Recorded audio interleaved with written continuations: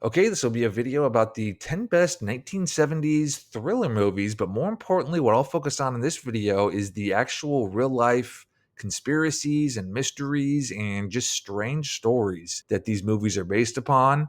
Because a lot of these movies that I'll talk about are really good movies, but the real life stories that they're based on are just 10,000 times crazier and 10,000 times more wild. So I thought it'd be fun to just kind of run through the actual conspiracies and mysteries that a lot of these movies are based upon. And first up, we have The Terminal Man. This is a medical thriller from 1974, and it's about this guy named Harry Benson. He's played by George Siegel, and this Harry Benson agrees to get a brain implant to help him with these violent mood swings that he suffers from. And this brain implant that he gets basically delivers an electrical shock to a certain part of his brain that like stimulates his brain and calms him down when he enters into these, violent rages. So he gets the brain implant in the movie, and the surgery does not have the intended effect, and he escapes from the hospital, and he decides to kill the doctors who operated on him. And this whole story that The Terminal Man is based on is one of the most interesting true stories from recent memory. It's a really fascinating case, and interestingly, the term tinfoil hat comes from the story that The Terminal Man is based on. So, The Terminal Man was initially a book written by Michael Crichton. Before Michael Crichton was an author, he was a doctor. And when he was a med student, he studied at a Boston hospital with these two doctors, Vernon Mark and Frank Irwin. And The Terminal Man is based on the case of one of their patients. His name was Leonard Kyle. And this Leonard Kyle had a story nearly identical to Harry Benson in the movie. In real life, Leonard Kyle, he had this really horrible temper. He thought his wife was cheating on him, and he was really paranoid. And he was told to go see these two doctors. And long story short, they convinced him to get a brain implant that would deliver an electrical shock to a part of his brain that would sort of like offset these violent mood swings that he suffered from. And both of these doctors were pioneers of using brain implants and electronic stimulation to control human behavior. And like the type of things they were involved with is just crazy. They could get people to turn very passive or fly into a violent rage at just the press of a button based on where they implanted one of these electrical stimulation devices in the brain. So based on, what part of the brain was being stimulated, just with the press of a button, they could make someone fly into a violent rage or get very like passive and docile. So anyway, this Leonard Kyle got an implant to stop these mood swings that he suffered from. The whole thing went basically disastrously. He would get these horrible headaches because he claimed that the microwaves all around him were interfering with the brain implant and were giving him these horrible, horrible headaches. He started acting all crazy. He was committed to a mental asylum. And he eventually found that if he wrapped his head in tinfoil, it would stop the microwaves and it would stop the headaches. And so he started walking around all the time with a tinfoil hat on. And he would even make like appearances in court, apparently wearing this tinfoil hat. And everyone just thought he was totally crazy and totally insane because he's this guy just, walking around with, a tinfoil hat. And that's where the term tinfoil hat comes from. That's where it became popularized. Now, if you Google, like, where does the term tinfoil hat come from, or you ask AI or whatever, it's going to tell you that there was some random comic book back in the 1920s where, like, the hero of the story was worried about like being controlled by a mind control ray that the bad guy had. And so the hero in the story wrapped his head in tinfoil. And AI or Google will tell you that's where the term comes from. But that has nothing to do with like tinfoil hat being associated with being crazy. People didn't use the term tinfoil hat after this random comic came out in 1920 in the 1920s. The reason the whole term tinfoil hat became associated with, referring to people who are crazy, it's because of this Leonard Kyle story. And interestingly, there's a scene in the book where Harry Benson has one of the doctors who operated on him. He's, has her cornered. He has a knife in his hand and he's going to kill her. And they're in her kitchen. And the way she escapes is she reaches over and turns on her microwave. And when she turns on the microwave, this causes Harry Benson to get a really bad headache and he collapses. And that's how she escapes. And that's basically what Leonard Kyle claimed would happen to him. Now, obviously, this whole Leonard Kyle story is very relevant today with how Neuralink is emerging and being talked about all over the place. Some people are worried about how much control someone could have over you if you do have, say, like a Neuralink device in your brain and it's hacked or it's able to be controlled by someone else. And interestingly, people back in the 1970s had those same concerns. This article from back then about these brain implants, I'll just read it off. It says, there is a haunting fear that men may be exposed to loss of their free will and thus become slaves, perhaps, to an increasingly authoritarian state. So that's a lot of the fears that people express about Neuralink, and I just wanted to include Terminal Man in this list because it is a good movie, and the story that it's based on is just really the story of Leonard Kyle is just a really fascinating story. And with Neuralink in the news, there's a lot of talk about brain implants, but it's just interesting to me how this whole brain implant thing really it's kind of old news. It's been going on for a very long time. And next up, we have The Brotherhood of the Bell. And this is a really great movie, mostly unknown from the early 1970s. And it provides a really interesting look into a secret society. So, in the movie, Glenn Ford plays a college professor who's part of a secret society that he pledged to all the way back when he was a student in college. And this secret society has helped him in his professional life with their contacts. Basically, they talk about how members of the secret society pull strings for the other members to help them advance in, their business lives or in politics or whatever. And in the opening of the movie, Glenn Ford attends the initiation of a new member into this secret society, the Brotherhood of the Bell.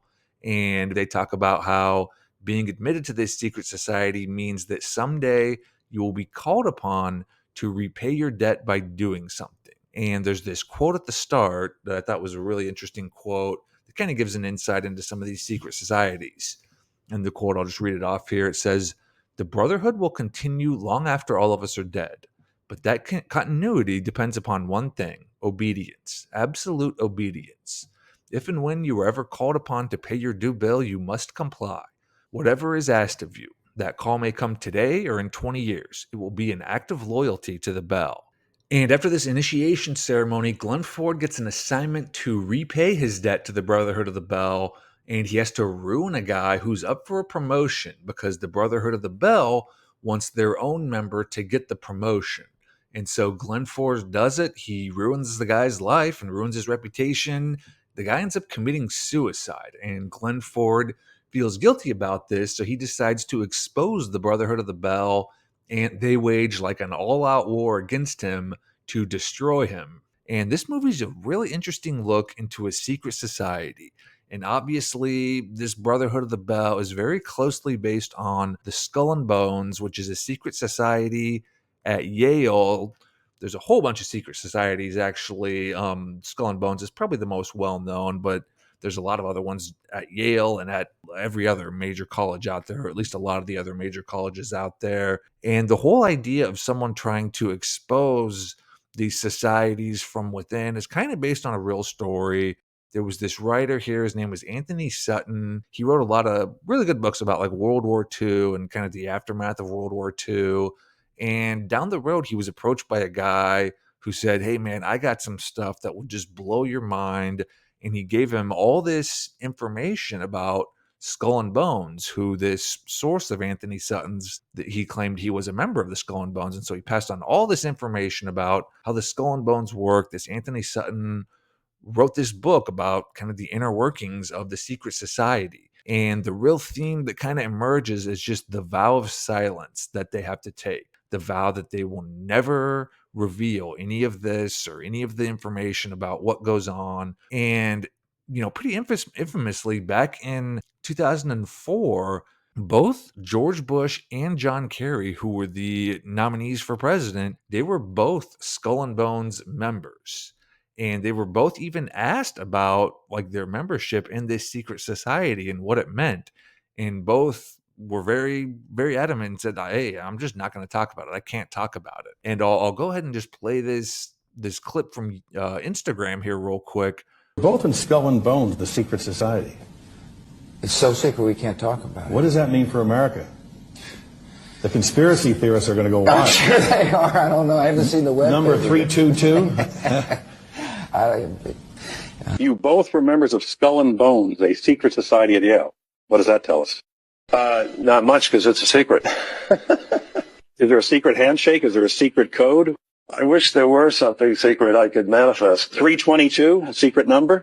There are all kinds of secrets, Tim, but one thing is not a secret. I disagree with this president's direction that he's taking the country. We can do a better job, and I intend to do it. Tim Russert, the moderator of Meet the Press and NBC's Washington bureau chief, collapsed and died early this afternoon.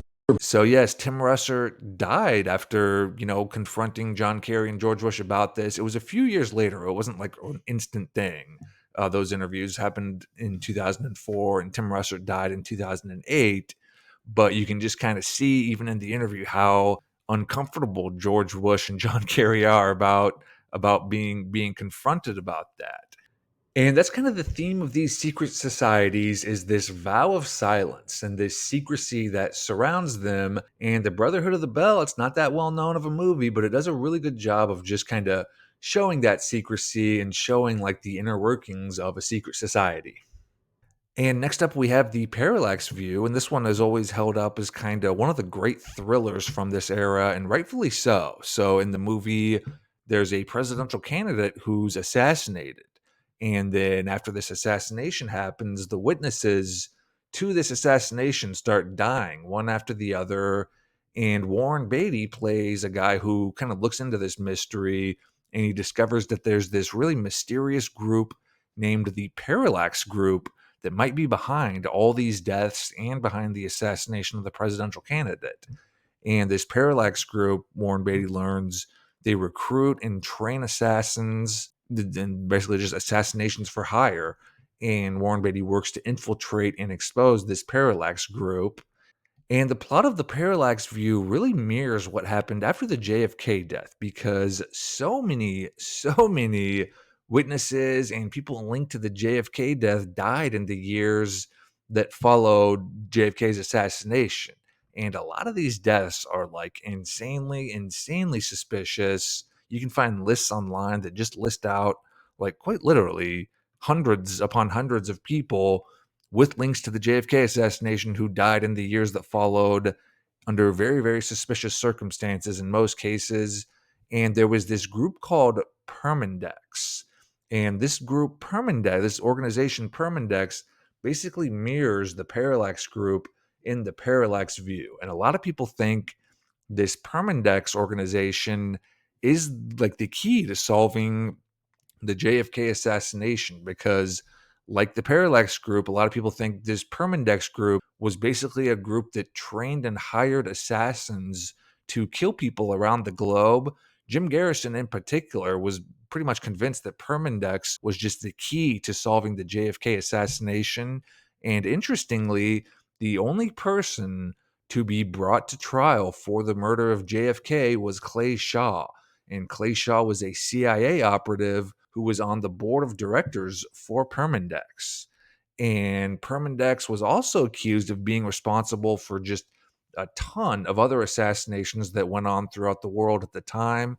This article here was an investigation into Permindex and just kind of trying to figure out what this really mysterious international organization actually did. And so this is how they described Permindex in the opening here. I'll just read this off. It says, in this special report, EIR presents an exclusive survey of the International Assassination Bureau Permindex. As we enter 1982, it might be justly said that unless the assassination capability represented by Permindex and the forces represented on its original board of directors is not exposed and its capability dismantled, the lives of the world's most powerful, most important political leaders will remain under the constant threat of assassination. And in this article here, this is how it describes Permindex. It says the JFK assassination plot and the plots against de Gaulle, Charles de Gaulle, were orchestrated and funded through an international corporate body known as Permindex, a shell corporation which functioned as an asset of Israel's intelligence agency, the Mossad. And it says it was a money laundering front for Meyer Lansky's crime empire. And so this perm index is basically identical to the Parallax group that Warren Beatty is investigating in the Parallax View. And there's just a ton of similarities in the Parallax View, which came out years after the JFK assassination, and what actually happened in real life with, the aftermath of the JFK assassination. And next up, we have The Boys from Brazil. This is a really good movie from the late 1970s. And in the movie, there's this famous Nazi hunter. His name is Ezra Lieberman. And he goes down to South America to investigate rumors that some of the most notorious Nazis have escaped and set up shop down there. And Gregory Peck plays Joseph Mengele, who was one of the most well known Nazis. And this whole thing did happen in real life. A whole bunch of Nazis escaped Europe and they went to South America after World War II, and Joseph Mengele was one of them. He was in South America for decades after the war, and there was a whole bunch of them. There was this place called Colonial Dignidad they set up, which was like this really isolated community just kind of out in the middle of nowhere where they all set up shop to live in and work out of, and there was allegedly just some really awful stuff going on there. But in The Boys from Brazil, what Ezra Lieberman discovers is that the Nazis are using Adolf Hitler's DNA to create clones of Adolf Hitler. And they are placing these clones with families all throughout the world. And then their plan is that decades down the road, when these clones grow up, they will lead a resurgence of the Third Reich in the future. And it's a really cool premise for a movie. Human cloning is just a fascinating topic. And the interesting thing, and the reason I wanted to include this in the list, is that during this time in the 1970s, human cloning was a huge, huge deal. This was talked about everywhere. All these articles here, these are all headlines from newspapers and articles from the 1970s. This movie came out right during what was kind of referred to as quote unquote clone mania, where there was just all this discussion about human cloning and the implications of it. And there were all these quotes from like leading geneticists at the time who talked about how human cloning was not just inevitable, but a lot of people thought it really could just be done right then at the time. And again, this is 50 years ago, back in the 1970s. There's this geneticist, Dr. Kimball Atwood. He said with a crash program, cloning a human could be done now. There's this geneticist, Dr. Joshua Lederberg, said there's nothing to suggest any particular difficulty accomplishing cloning in mammals or man. Then there's this Dr. Kurt Hirschhorn. Not only is cloning a human possible, but probable. It will take place much sooner than people realize. And James Watson is another scientist who talked a lot about human cloning. He was one of the people who discovered the DNA molecule, and he's kind of considered one of the greatest scientists of all time. And all the way back in 1959, he wrote an article for The New Yorker titled Moving Toward the Clonal Man. And he talked just all about human cloning and how close science was to being able to create a human clone. And again, this is 1959. And this article here, Carbon Copy Man, this was a massive feature in the 1970s that was syndicated in a bunch of newspapers. It referred to human cloning as, quote, the most drastic biological change in all of humankind's recorded history. This book also came out right in the mid 1970s. It's called In His Image. It's written by a guy, David Rorvik, who was the science writer for Time magazine. And in this book, he documents this old man who came to David Rorvik and said, I'm going to create a human clone of myself. He was a really rich guy who said money was no object. And basically his life goal before he died was that he wanted to create a human clone of himself. And so this David Rorvik kind of follows him around and documents this whole journey of him meeting with scientists and geneticists to create his human clone. This is a great book. I highly, highly, highly recommend it. But the point is that human cloning was just it really was a huge deal back in the 1970s, right when Boys from Brazil came out, and even before Boys from Brazil came out. Probably the most memorable scene of the movie is when this, Ezra Lieberman kind of starts to piece together what's going on, and he meets with one of the doctors. And this doctor basically like walks Ezra Lieberman through exactly how they're creating these clones. And, it's just a really detailed explanation of how the process works. So it's a really fascinating scene. It's a really interesting explanation of just how they explain exactly how this works. And just as a whole, Boys from Brazil is a great movie and definitely recommend it. And next up, we have The Conversation, and this is kind of considered a classic from the era. Very good movie. And in the movie, Gene Hackman plays a private investigator who's like an expert on bugging and eavesdropping and recording conversations. And in the movie, he records a conversation that mentions a murder. And so he starts kind of investigating the people he was recording and tries to figure out if a murder is going to happen.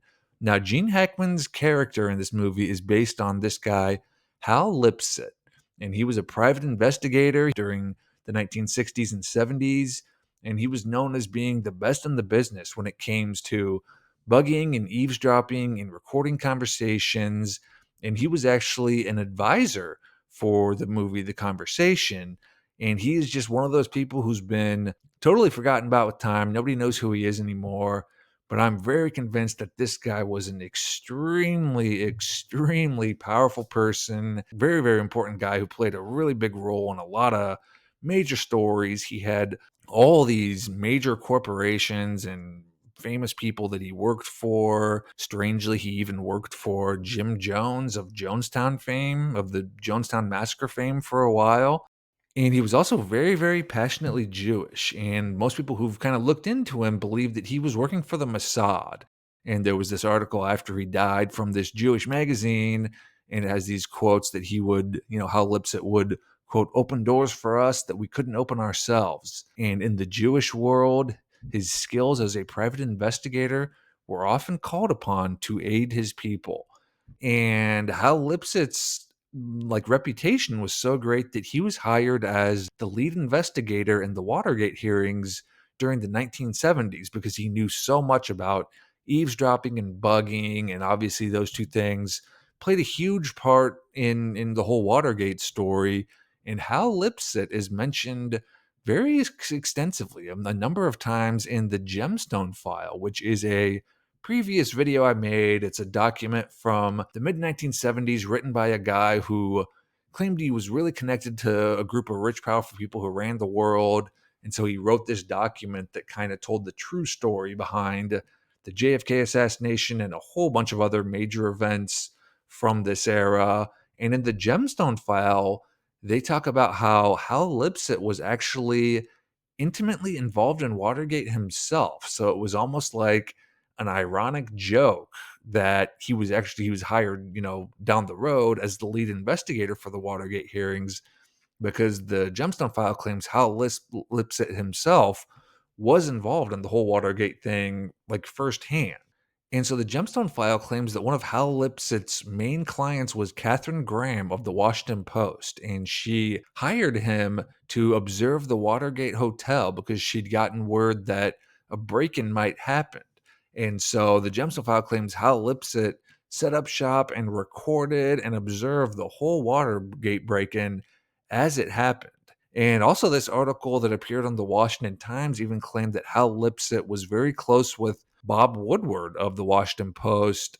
And Hal Lipset's biographer, even down there, that quote claimed that Hal Lipset and Bob Woodward would have lunch every day during the Watergate hearings, and Bob Woodward would feed information to Hal Lipset and give him like leads and people to look into and eavesdrop on.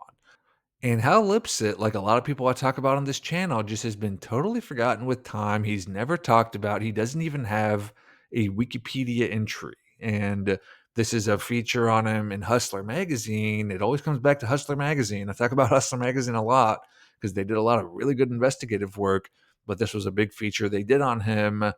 And I always talk about blackmail in my videos. I believe it is just so prevalent, just so prevalent. And that's what this whole thing really sounds like, was this how Lipset was used to get material that could be used to blackmail people with, because he was just so good at eavesdropping and spying and recording people. And if you've ever seen the movie, I mean, the whole movie is just Gene Hackman's character spying on people and recording them, photographing them.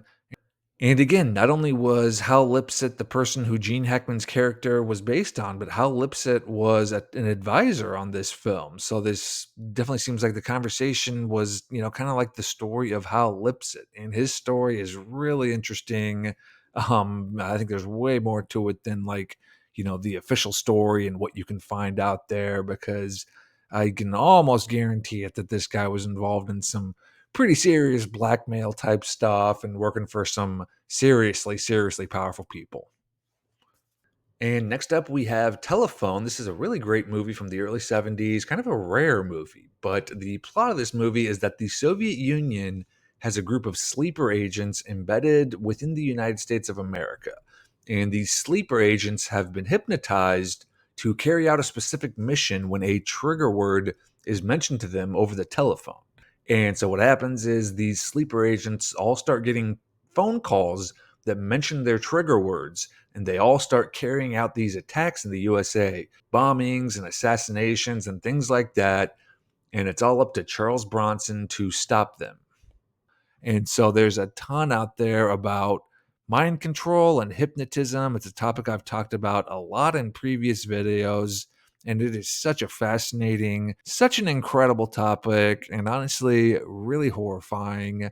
You can find like a whole bunch of comedy videos on YouTube of like professional hypnotists hypnotizing people to do funny things.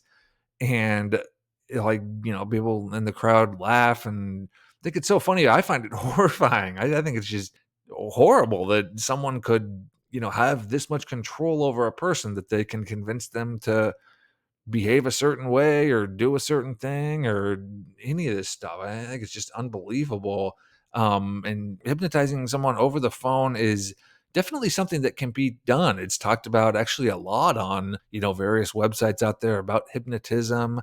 There's also this 1953 CIA document that was declassified decades later. It was from 1953, and it's titled Outline of Special H Cases, and H stands for hypnotism. And this goes into detail about two 19-year-old girls who had multiple personalities created inside their mind through hypnotism. And these personalities would emerge with the mention of a trigger word. And the report even states that these girls could go instantly from a fully awake state to a fully hypnotized state via telephone and even by reading a certain trigger word or phrase. So again, this is a report from the CIA from 1953 where they talk about how easy it is to hypnotize someone and, just mention a single word and have them become a completely different person. This it really lines up with the video I did about Candy Jones. This is just a recent video I did. She was an internationally famous supermodel who was used by the CIA to pass messages and carry out missions because they'd created a second personality inside of her mind, and that could be accessed by hypnotizing her. And then this information that was buried in her mind could only be accessed by those people who knew what the trigger word or the trigger phrase was to put her into this second state and then have this second personality emerge. And so the whole premise of Telephone also has an interesting tie-in with the time that Ronald Reagan was shot in 1981. So John Hinckley Jr. is the man who was, arrested for the crime. And after he was arrested, there was this report that came out from people who, recognized him. And they talked about how every day he would go out to a payphone and receive a phone call and talk for a bit with whoever was on the end. And this, happened basically every day right around the exact same time. And so you do wonder if, he was hypnotized and this call every day was kind of just a check-in with him. And eventually they mentioned a trigger word and the plan to, shoot Ronald Reagan went into effect. But anyway, Telephone, really great movie, very underrated, really awesome premise, and definitely recommend it.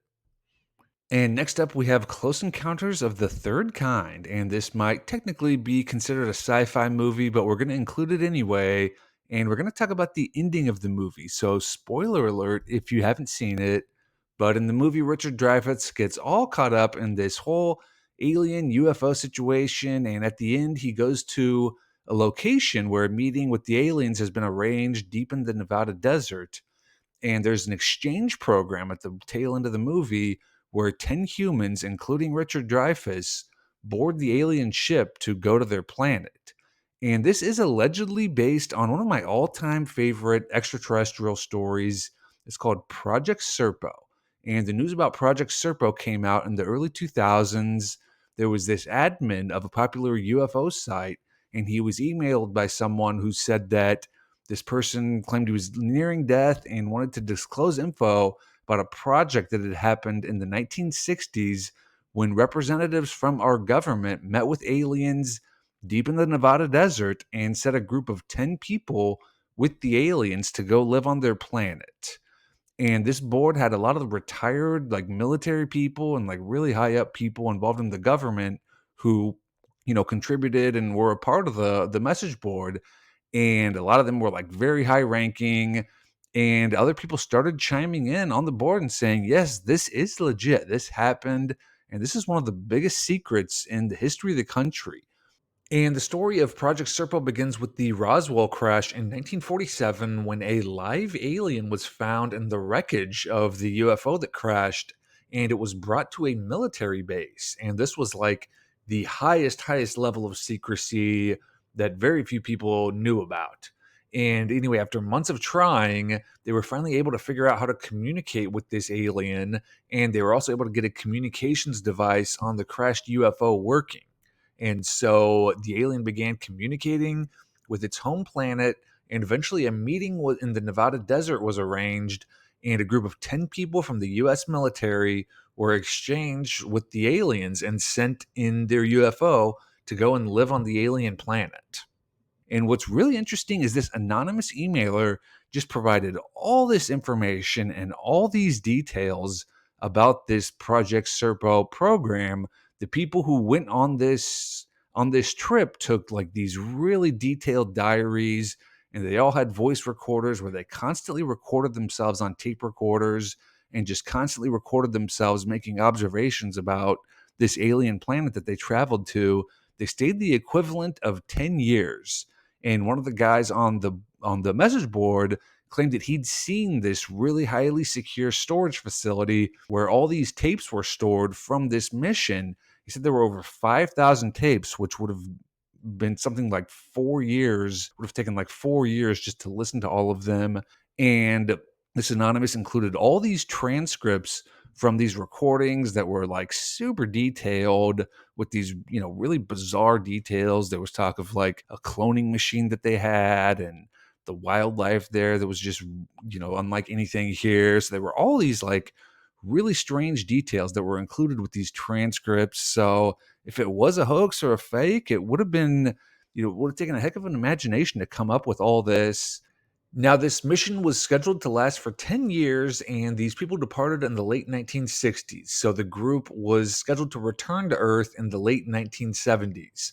And this would have been after Close Encounters of the Third Kind was released. And so the ending of Close Encounters really just exactly mirrors this story of Project Serpo. And in the book about Project Serpo, they speculate that the reason the two stories are so similar is that Close Encounters was used as a form of soft disclosure in case they did want to disclose the details of this mission to the public once these people did actually arrive back to Earth. And they also speculate that Steven Spielberg was given this story of Project Serpo to use as the basis for his Close Encounters of the Third Kind movie. This could kind of make sense because the story of him writing Close Encounters of the Third Kind is pretty hard to believe. He supposedly wrote the entire movie in 2 days in a single weekend, which, I don't care how good of a writer you are or how prolific you are, writing, one of the greatest movies of all time in less than 48 hours would be a pretty tall order. But anyway, that's kind of the basics of Project Serpo. Like I said, this is probably my all-time favorite alien extraterrestrial UFO story. It's just really, really riveting. I don't typically get into like UFOs and aliens and extraterrestrial stuff, on my channel. But if people are interested, I could always do a video about this. Let me know in the comments if you're interested. And then staying with the theme of space, next up we have Capricorn One. And this movie stars James Brolin, Sam Waterston, and O.J. Simpson. They play astronauts who are about to go on the first manned mission to Mars. And right before the shuttle launches, they're taking off the shuttle because there's a problem with the shuttle, but the shuttle just launches without them. They're not on it. And they're told by NASA that there's just too much money at stake if the shuttle the shuttle launch is delayed. So they just decide to launch the shuttle without these people on it and fake that, this crew was on there. They take them to this facility where this whole soundstage is set up for them to fake this mission to Mars. They take them, out in the middle of nowhere. And then what happens is the shuttle explodes during the mission. And it's, it's a huge deal. There's all these stories. And these three astronauts fear that the government is going to kill them because, obviously they were supposed to be on that shuttle. That's what the public believes. And so to kind of keep this hoax going, these astronauts fear that the government's going to kill them. And so they decide to go on the run, from the government. And, obviously the premise of this movie ties in with the rumors that the moon landings in the 1960s and 70s were faked. You're probably pretty familiar with that. If not, there's a lot of videos and reading and books and a whole bunch of stuff about the moon landings being faked. Probably my personal favorite is by this author Dave McGowan. His website is the Center for an Informed America, and he has this massive series. It's almost basically a book, and it's called Wagging the Moondoggy, and it just kind of goes over the history of what NASA was up to in the 1960s and the 1970s and just how ludicrous a lot of the stuff that, they were claiming. He goes into kind of just NASA as a whole being almost like a joke. And if you want to tie this into a more recent event, this movie has a ton of similarities with the Challenger explosion in 1986. I already did a video about this whole Challenger mystery, but basically decades after the Challenger explosion, people were found who bore a striking resemblance to the astronauts who supposedly died in the Challenger explosion. A lot of times they even had the exact same names and they looked identical to the astronauts who supposedly died. And so the question was, well, were these people actually on the Challenger when it exploded? Or was the shuttle empty and these people didn't actually die in the explosion and they're still living? It is an incredibly, incredibly strange story, but it mirrors the plot of Capricorn One nearly identically. And I will say with Capricorn One, I would love to see this movie remade. Normally, I just despise movie remakes. I think they're totally unnecessary in most cases. But a remake of this movie would be awesome because it is such a killer premise. It's such a great idea for a movie, but the movie itself doesn't quite work. It gets kind of ludicrous at times, but it's such a great idea for a movie and such a great premise that it's definitely, definitely worth a watch. And next up, we have James Bond Diamonds Are Forever. And the plot of this one is that James Bond is looking into an international diamond smuggling ring. It takes him abroad and it takes him to Las Vegas. And in Las Vegas, there's this billionaire recluse who's named Willard White. And Willard White is kidnapped by Blofeld, the main bad guy, and held as a prisoner by Blofeld on his private island. And it's up to Bond to save him. And the crazy thing about this movie is it really mirrors the Gemstone file, which is, my favorite topic, one of my favorite videos. I talked about the Gemstone file when I talked about the conversation and how Lip said earlier. The Gemstone file was a document written by a guy who claimed he was majorly connected and knew the true inside story of a bunch of events in the mid 20th century. And one of the main focuses of the Gemstone file is the disappearance of Howard Hughes. And if you don't know this story, this is the craziest story ever. Howard Hughes went missing in the mid 1950s and never again appeared in public for 2 decades until he died in 1976. It is such a weird story. And the official story is that he just went crazy and turned into this recluse and locked himself away. But there's way more going on here. And the Gemstone file claims Aristotle Onassis kidnapped Howard Hughes, held him as a prisoner on his private island, and he took over the Howard Hughes empire. But what's interesting and how this kind of ties into Diamonds Are Forever is Aristotle Onassis and Blofeld, the main bad guy in this James Bond movie, are virtually identical. They have so much in common, Both of them lived on private islands, and they both owned like a high-tech yacht fleet, and they were both Greek. And they both even owned a casino in Monte Carlo named the Casino Royale. So they owned casinos in the same place with the same name. Blofeld made all his money in the oil business, and Aristotle Onassis officially made all his money by shipping oil worldwide. And then Blofeld ran Spectre, and then, it's claimed that Onassis was really kind of like the head of the mafia, and this mafia organization he ran was pretty similar to the Spectre organization that Blofeld ran. And in Diamonds Are Forever, I mentioned this earlier, but the plot is that Blofeld kidnaps this billionaire recluse named Willard White and holds him as a prisoner, exactly how the Gemstone file claims Onassis kidnapped Howard Hughes and held him as a prisoner. And the interesting thing is this Willard White in Diamonds Are Forever and Howard Hughes are pretty much identical too. They're both Texas billionaires. Willard White hasn't been seen in public for 5 years, and Diamonds Are Forever. Howard Hughes wasn't seen in public a single time for the last 2 decades of his life.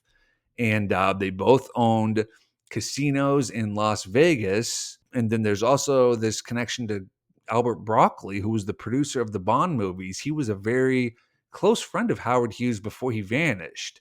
And Albert Broccoli claimed he got the idea for Diamonds Are Forever in a dream, which, that could be true. Or maybe he was trying to disclose what had happened to Howard Hughes through this film. It's also interesting to note that Ian Fleming was a very high-ranking officer in Britain's military intelligence. And the rumor has always been that he was majorly connected and majorly plugged into what was going on in the world. And he disclosed a lot of these secrets that he was privy to in the Bond books that he wrote. And if you read the Gemstone file and watch Diamonds Are Forever, the similarities are honestly just incredible. And the fact that a lot of people behind the Bond movies like Ian Fleming and Albert Broccoli were potentially in the know about what was going on in the world and what was going on with this whole Howard Hughes situation, it definitely kind of makes you wonder if they were trying to disclose the true story of what was going on in Diamonds Are Forever. And lastly, we have Network. And this one definitely isn't officially classified as a thriller, but it's such an important movie that I'm going to include it anyway. So in the movie, Peter Finch plays Howard Beale, who's a network anchor for a TV station that just has really poor ratings. And instead of reporting the news, he basically starts acting crazy, and the ratings skyrocket. And the thing that's remembered from this movie is his speech where he screams, "I'm mad as hell and I'm not going to take it anymore." That's what everyone remembers from Network. But really, what should be remembered from this movie is another scene, because this movie has one of the all-time greatest speeches in the history of cinema that just nails how the world works. And in this scene, it happens after Howard Beale learns that the parent company of his network is going to be bought out by a Saudi Arabian conglomerate. And he tries to inform his audience about this sale because he wants to get the sale blocked. And then the chairman of this parent company, this really powerful, really rich Illuminati type guy, his name is Arthur Jensen, he meets with Howard Beale. And this Arthur Jensen just gives the greatest speech about how corporations are the ones with power, that the United States or the Soviet Union or Europe or whoever, countries are totally irrelevant. The real power is these massive corporations, these massive worldwide corporations. And you can find video of this speech online. It's a longer clip, about 5 minutes or so. It's a pretty long speech, but I'll just read off kind of a few of the best lines from the speech. And so this guy says to Howard Beale, he says, "You are an old man who thinks in terms of nations and peoples. There are no nations, there are no peoples. There are no Russians, there are no Arabs, there are no third worlds. There is no West, there is only one holistic system of systems. You get up on your 21-inch screen and howl about America and democracy. There is no America, there is no democracy. There is only IBM, ITT, AT&T, and DuPont, Dow, Union Carbide, and Exxon. Those are the nations of the worlds today. The world is a collage of corporations. And our children will live to see that perfect world in which there is no war or famine, no oppression or brutality, just one vast economical holding company for whom all men will work to serve a common profit in which all men will hold a share of stock. All necessities will be provided, all anxieties tranquilized, all boredom amused. So that really sounds like a playbook for like a one world government, new world order type thing. And the reason this speech and just the movie and its plot as a whole are important was because it was really in the 1970s when Network came out, when a lot of these mega corporations just started buying up a whole bunch of newspaper and TV media. And a few years after Network was released in 1975, Ben Bagdikian released this book called The Media Monopoly, and it revealed that only 50 corporations controlled practically every television station, every newspaper, every magazine. And then in the years that followed, in the decades that followed, this Ben Bagdikian would just release updated editions of the book every 3-4 years. And with every edition of the book that came out, the number of companies that owned all these media outlets would just shrink and shrink and shrink because of mergers and acquisitions. And by 1992, when he released the fourth edition of the Media Monopoly, the number had shrunk from 50 corporations controlling it all to only 20.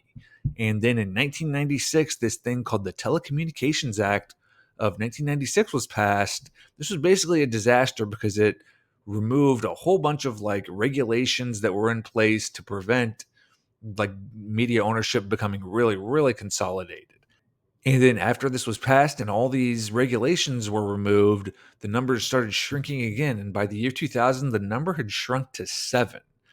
And in his book, Ben Bagdikian has this line that kind of summarizes why this is so important. And he says, governments can be voted out of office, but when corporations gain this level of centralized control over what the general public learns, the dominant corporations can, through their control of news and other public information, postpone public awareness for dangerously long periods. And they can do a lot more than just postpone public awareness. They can really shape the news and shape the narrative. And these corporations have a tremendous amount of power. And today, I mean, the mainstream media is basically a joke. Everything's owned by one of 6 corporations. They pretty much control it all. And they can filter out, certain details or ignore certain stories so they don't, so most people are just totally unaware of what's going on, or they can just distort information and distort the news however they want. They really do just have so much power if there are people out there who just blindly,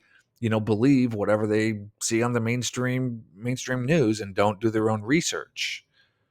And Network, it's 50 years old, but it just nails the concept of the consolidation of media ownership and the impact that it has on the news.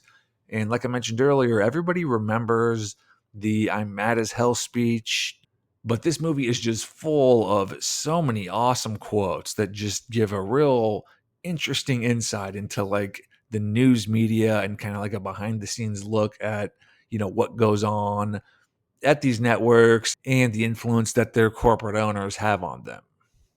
So that's my list. I really wanted to focus on not just good movies, but movies that have really interesting backstories and really interesting connections to like real life conspiracies and real life mysteries.